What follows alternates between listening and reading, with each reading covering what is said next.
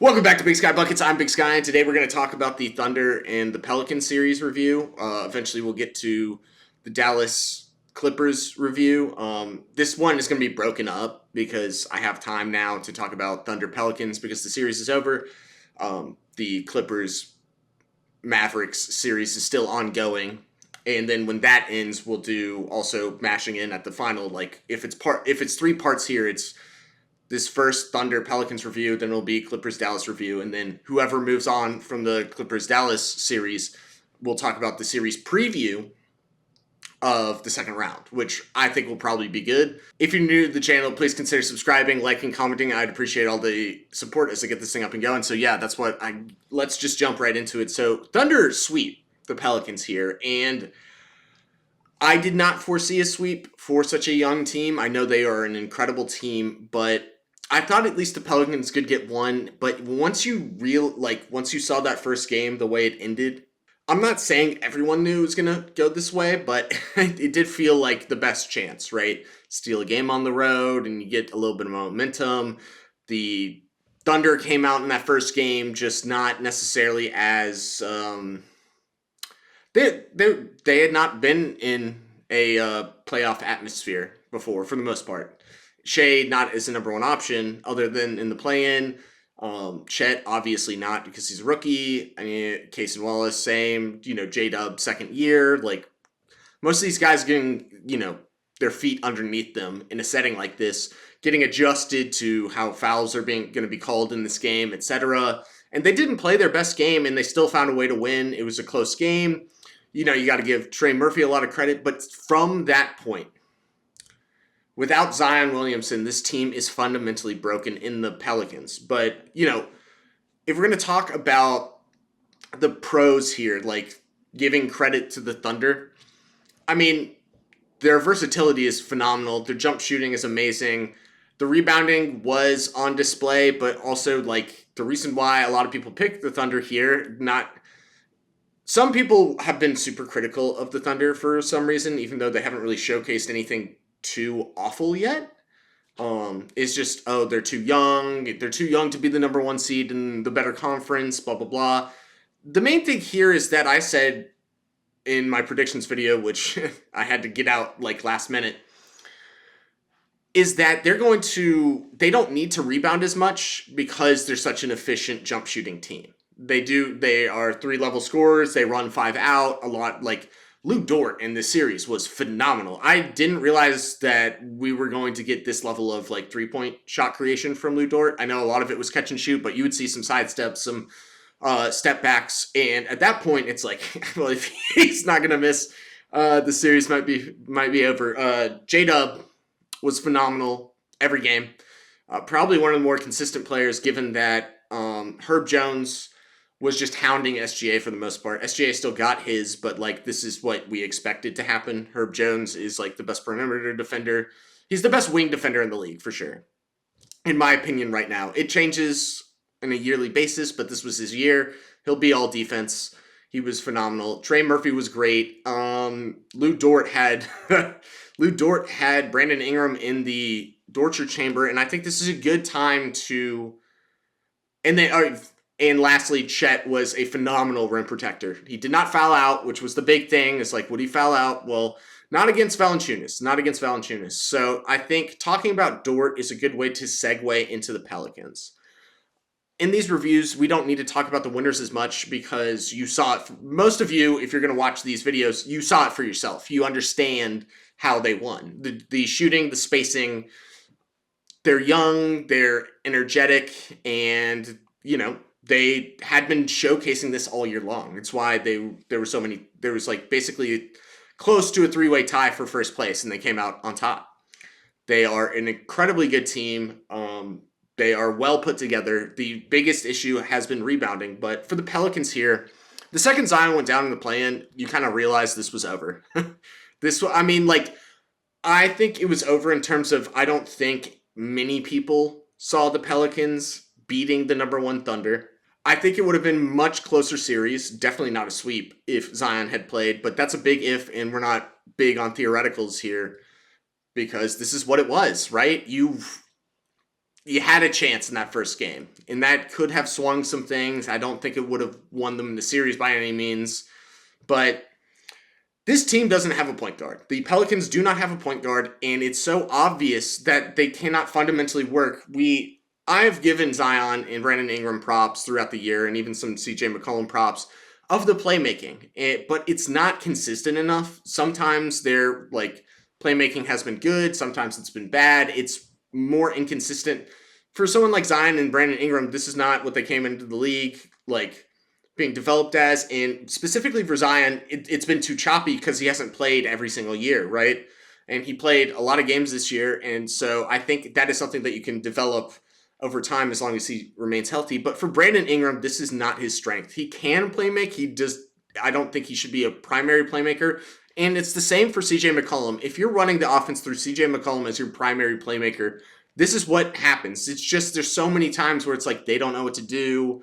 They're hoping Brandon Ingram will bail them out, but Lou Dort and his just incredible defense was like, you're not going to get comfortable if I'm guarding you, which he was on him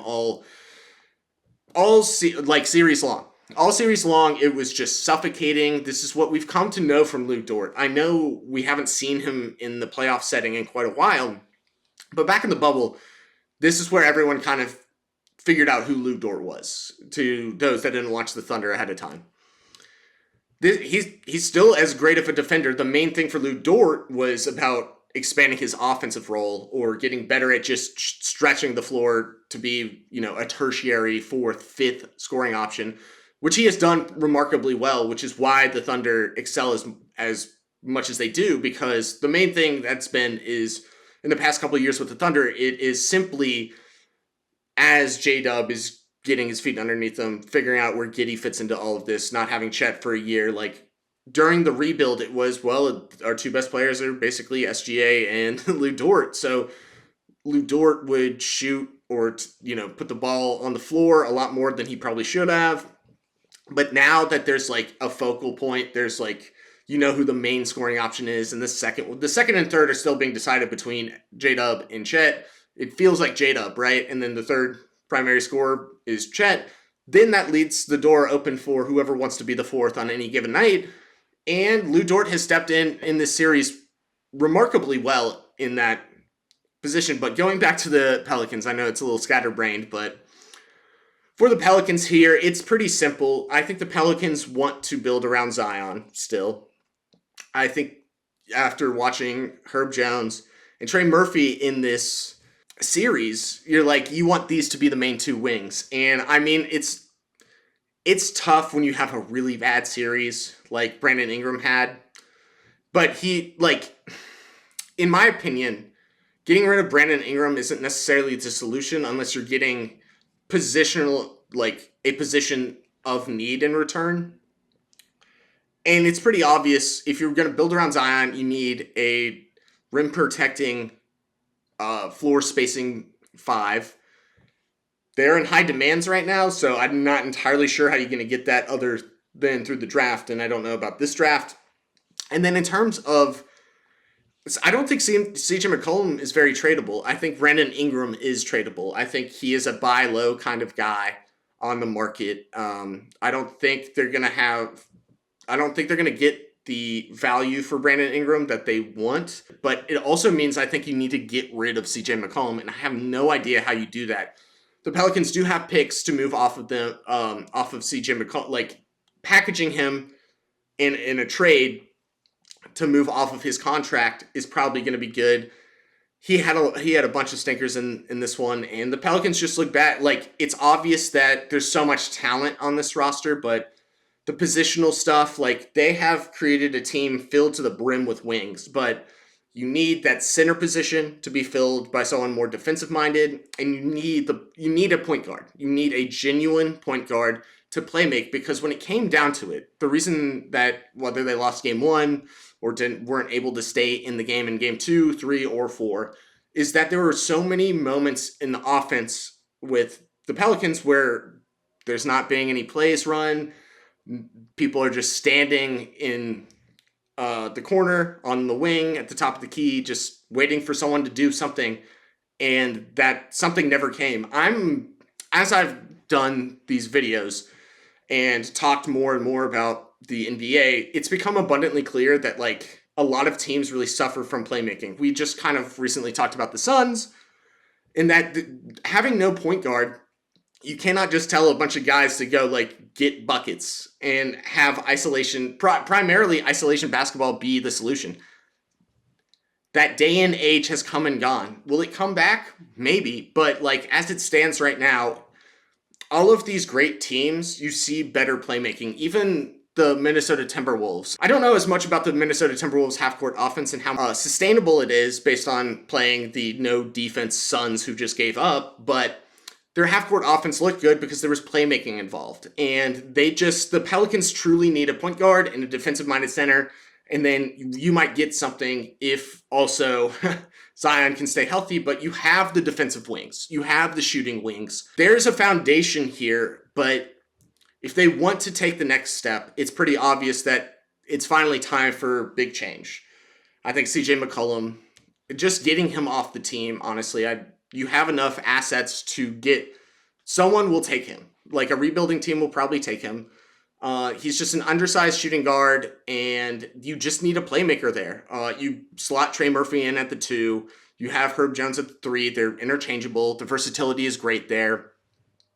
And then, Valanciunas is just on his last leg, and Larry Nance is not necessarily the answer as the starting center. You just need some guy, like you either need an okay defender who can stretch the floor so that Zion can just go to work and doesn't clog the paint, or the opposite, an okay shooting big who dominates the paint defensively and is your defensive anchor. All right, so a little edit here. Brandon Ingram is technically on the trade block now for sure because the Pelicans and their reporters have come out and basically said that Trey Murphy is the wing of the future. I think most of us predicted this to be the case, and that they're not going to give Brandon Ingram the contract extension that he's looking for, so they're probably looking to part ways with him so that they can move Trey Murphy into the starting role. And I think there's only 2 genuine destinations that just make a lot of sense for both sides here. And I think that is splitting up the guard tandem in either Atlanta or Cleveland, especially based on if Cleveland wins this series. They're going to a Game 7. Game 5 and Game 6 were actually really great, whereas the rest of the games of the series was more blowouts than anything.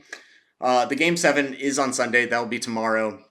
I do not know who's coming out on top. This video that we're working on here is probably going to come out Saturday night, Sunday morning, so I'm not going to fully know the case, but the main thing here is it's either going to be like a Darius Garland swap or probably a DeJounte Murray swap with a little extra assets from either Atlanta or Cleveland as well. That's what I would anticipate, but you never know. The NBA is always crazy, but that's it for the Pelicans offseason stuff. Mavericks beat the Clippers in 6 games. I'm pretty sure I called that exactly right. Just went about it all the wrong way. So I thought Luka and Kyrie were going to be the offensive powerhouse, and they eventually got there.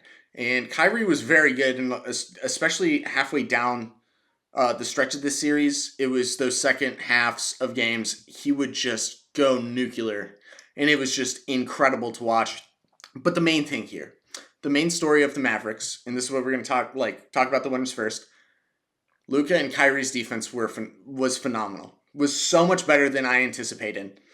I figured that their defense would be like hit or miss at times, but that was their identity in this series. It wasn't their offense. It was their defense. You got to give Luka a bunch of credit for basically playing on one leg, like Embiid. Give Kyrie a lot of credit for being the second star at times, just deferring to Luka if he's got it going.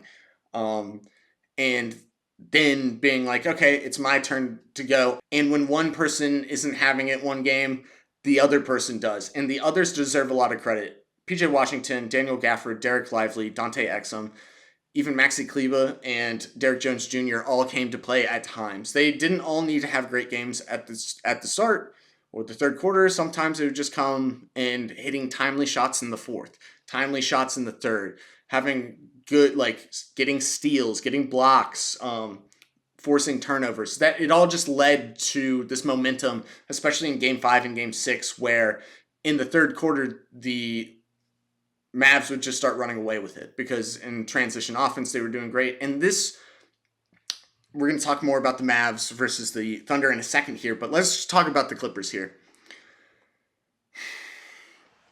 This Clippers team is just fundamentally broken. In my opinion, the three best players for the Clippers in the series was Zubats, Terrence Mann, and Norman Powell. And I think that says everything.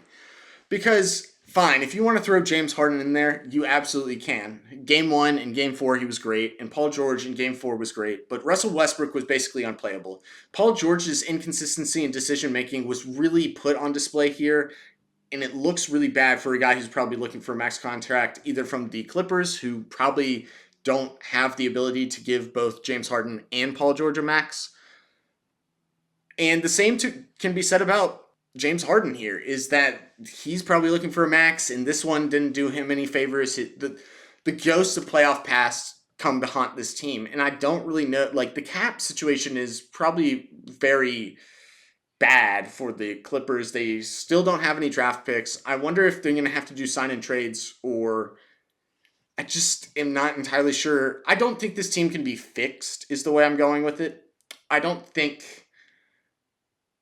think they just have to ride. You keep being in the second apron for as long as you can. You're moving into the new stadium for Steve Ballmer, and eventually this all falls apart. And every passing day, man, this Paul George trade in 2019 looks worse with the Thunder. SGA, who's an MVP candidate now for the number 1 seeded Oklahoma City Thunder, the 2022 pick, when the Clippers missed the playoffs because they lost to the Minnesota Timberwolves in the play-in, well, that only became J-Dub, who's the second leading scorer for the Thunder. It's just, at the time, everyone was going to make that trade, except for this one little tidbit that everyone basically had in their mind is, that's seemingly a lot of draft picks. And that is, to this day, the problem, is that was too many draft picks. That was too many draft picks. And they're just like, there's not any flexibility for this team. I'm sorry to kind of mix in the reasons they lost this series with the offseason stuff, but it's collectively the same issue. It's a lot of isolation basketball. It's a lot of bad decision making. The playmaking's not great. The shooting, honestly, isn't that great. And with a team with Kawhi Leonard, Paul George, James Harden, one of these guys should be able to step up and be a number 1 option when Kawhi goes down, or vice versa, be a number 2 option or be a number 3 option, something like that. It's just that when Kawhi's gone, this team just doesn't know what to do.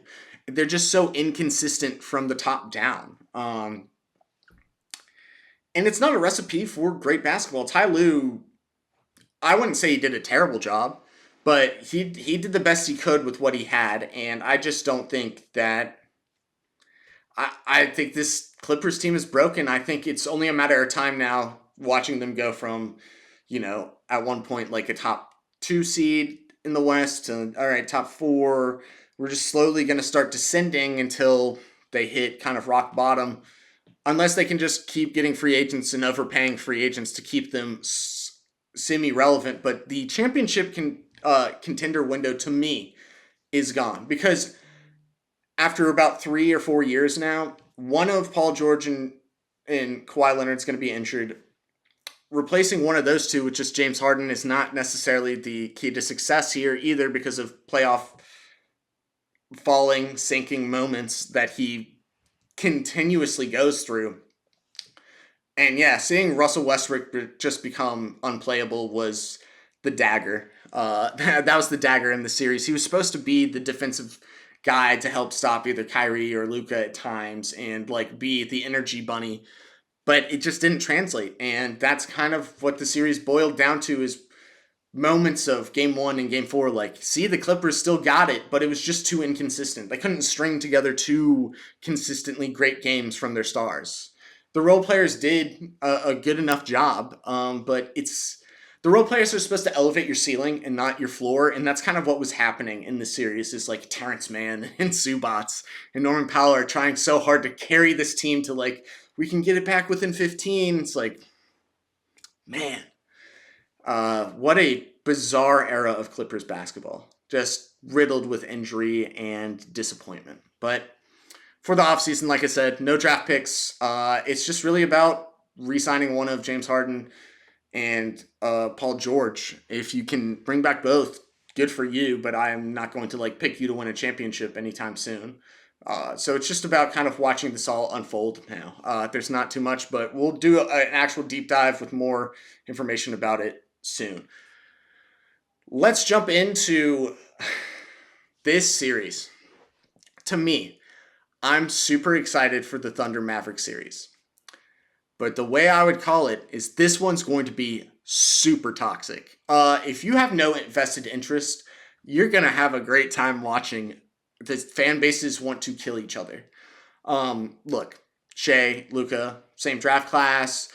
Both of them are in the MVP discussion, even though I think Jokic is going to win it. So it's just kind of about, oh no, my MVP candidate is better than your MVP candidate. It's already been happening on social media the whole time. But this one's going to be toxic. This one is going to be no Shea's better, no Luka's better. Like, it's going to be downright dirty. They're going to, like, especially coming off of this last series for the Mavericks, they're going to come in here ready to fight, basically. The Thunder look like this happy-go-lucky team. They're young. They're just like, wow, we've made it to the number one seed. We just swept this team. Like, we're just having so much fun. And the Mavericks are coming out of this, like, bloodbath, super physical, brutal series where the two teams truly hated each other, and they're walking in to Oklahoma. The crowds are going to be electric, and that's kind of the reason why, like, I would say this is going to be a toxic series. Super entertaining, but toxic as shit.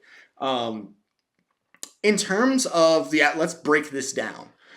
To me, this is a 7-game series, unless the Thunder somehow shit the bed here. But even with the inexperience, there's so much talent on this roster. That's why they were the number one seed. And especially what we saw in the first series against the Pelicans. It was simply that first game was close, and then it wasn't for the rest of the series because the Thunder finally figured it out and played like they normally did all season long.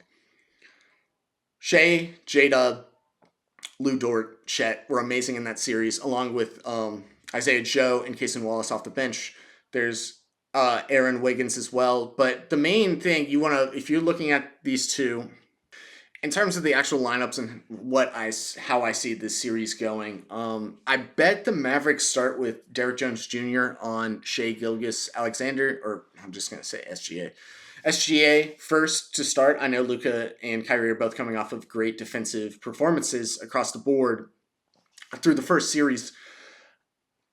I don't want to take away from that. I do want to say that the Thunder are going to be younger, more athletic, quicker, and they might cause a little bit more problems on that front. I'm not saying so I think they just start. I think the Mavericks probably start with like Kyrie on Dort, Luka on Giddey, and then you have like PJ and Derrick Jones Jr. on one of Shea and J-Dub, and then you have, Gafford, Derek Lively with Chet. Now, the Chet thing is interesting because this one's going to start getting annoying because coming off of the last series, the Mavericks didn't have to defend against a stretch five. And that's where a lot of, the defensive rebounds from like Luka or Derek Lively, Daniel Gafford, PJ Washington, Derrick Jones Jr., all of those coming from the fact that most of this is coming from, within the paint.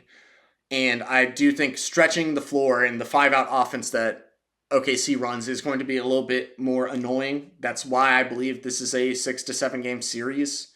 The interesting thing, I think, is the one thing that's abundantly obvious to everyone involved is that Luka is going to start this series not playing around, and he's going to hunt the life out of Giddey. And Giddey is definitely an X factor here. He cannot have one bad game.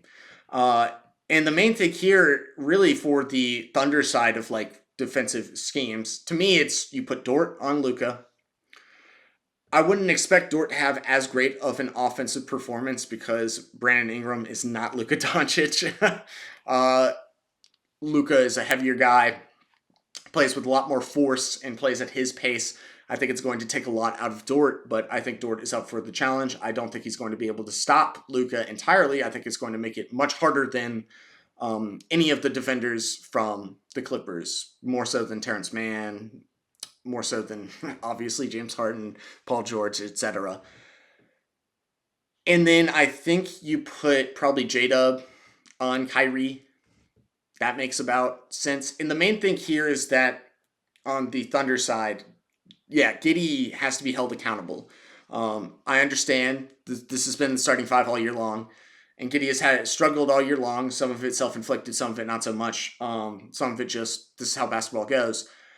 But there are a bunch of guys off the bench for the Thunder, and that's part of the reason why I'm so high on this series going as far as it will, because the main thing is like Mark Dagnall here needs to understand that like it's been fun and the vibes have been great, but I know you believe in your players, but at one point if Giddey is killing you defensively and being a net like negative offensively, move on to Cason Wallace probably, because his defense is going to be light years better than Giddey's, and just the fact that he's just a 3-and-D guy.